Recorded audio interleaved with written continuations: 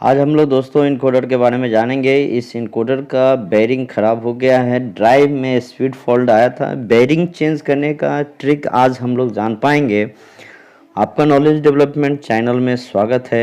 हमारे साथ हमारा सहयोगी संतोष अभिमन्यु है।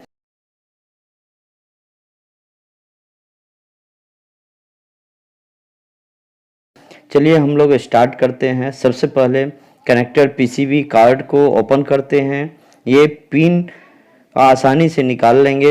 ये पीसीबी बाहर हो चुका है। नेक्स्ट टॉप के स्क्रू को ओपन करते हैं।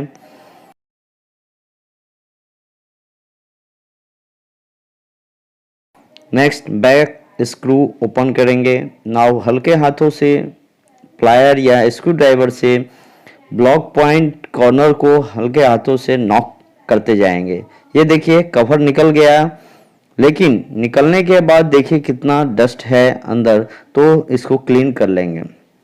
ये इनकोडर का मेन कार्ड है। कार्ड ओके है, लेकिन इसका बेयरिंग गया है।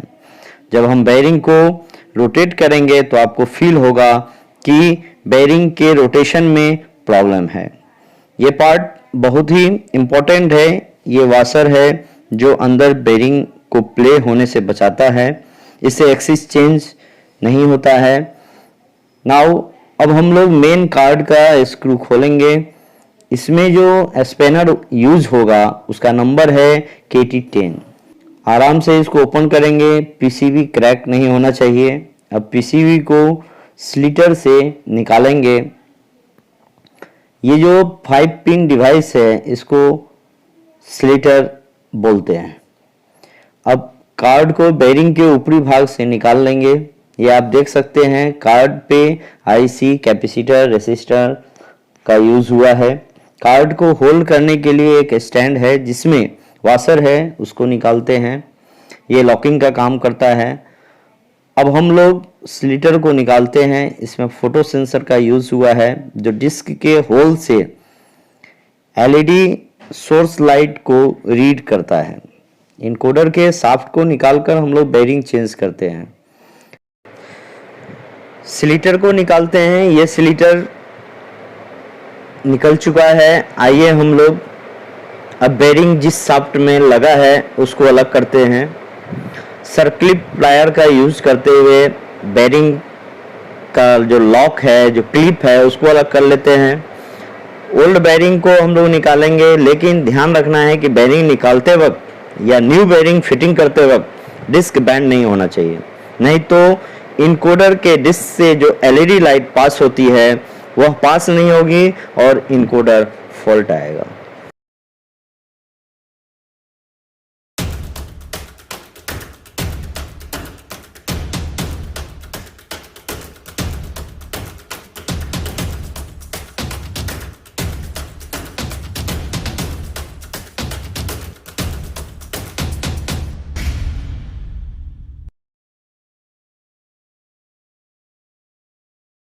हम लोग इस तरह से शाफ्ट के दोनों एंड का बेयरिंग चेंज कर देते हैं। बेयरिंग का साइज अलग अलग हो सकता है, अलग अलग इनकोडर के लिए, और शाफ्ट के दोनों एंड पे अलग अलग बेयरिंग लगा होता है।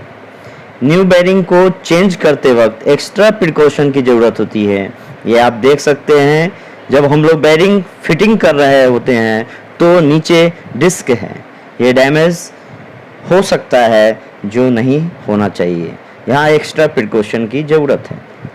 बेयरिंग चेंज करने के बाद हम लोग 1 बाय 1 इनकोडर के सारे पार्ट्स को रीअसेंबल कर लेते हैं।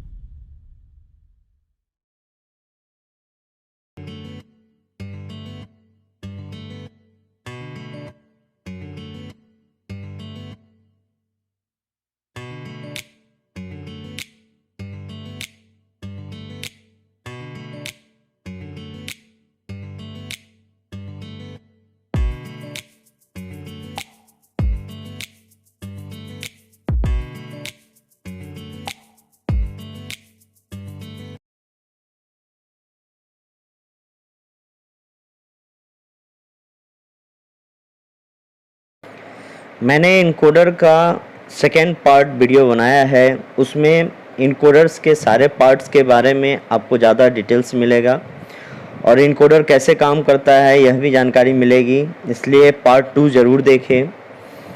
इस वीडियो में हम लोग इनकोडर के बैरिंग को चेंज किए, बैरिंग कैसे चेंज करता है यह जाने। अभी बैरिंग के असेंबल हो चुका है, अब हम लोग इसको रोटेट करके देखते हैं कि बैरिंग फ्री है या नहीं। आप जब रोटेट करेंगे तो हमें फील होता है कि यह बैरिंग फ्री चल रहा है, इसका शाफ्ट फ्री रोटेट हो रहा है, इसमें कोई नॉइज़ नहीं है। हमें उम्मीद है कि अब आप घर पे या कंपनी में इनकोडर की बैरिंग चेंज कर पाएंगे और लाखों का सेविंग कर पाएंगे। धन्यवाद। सब्सक्राइब करें, लाइक करें, शेयर करें और बेल बटन दबाएं। Thank you.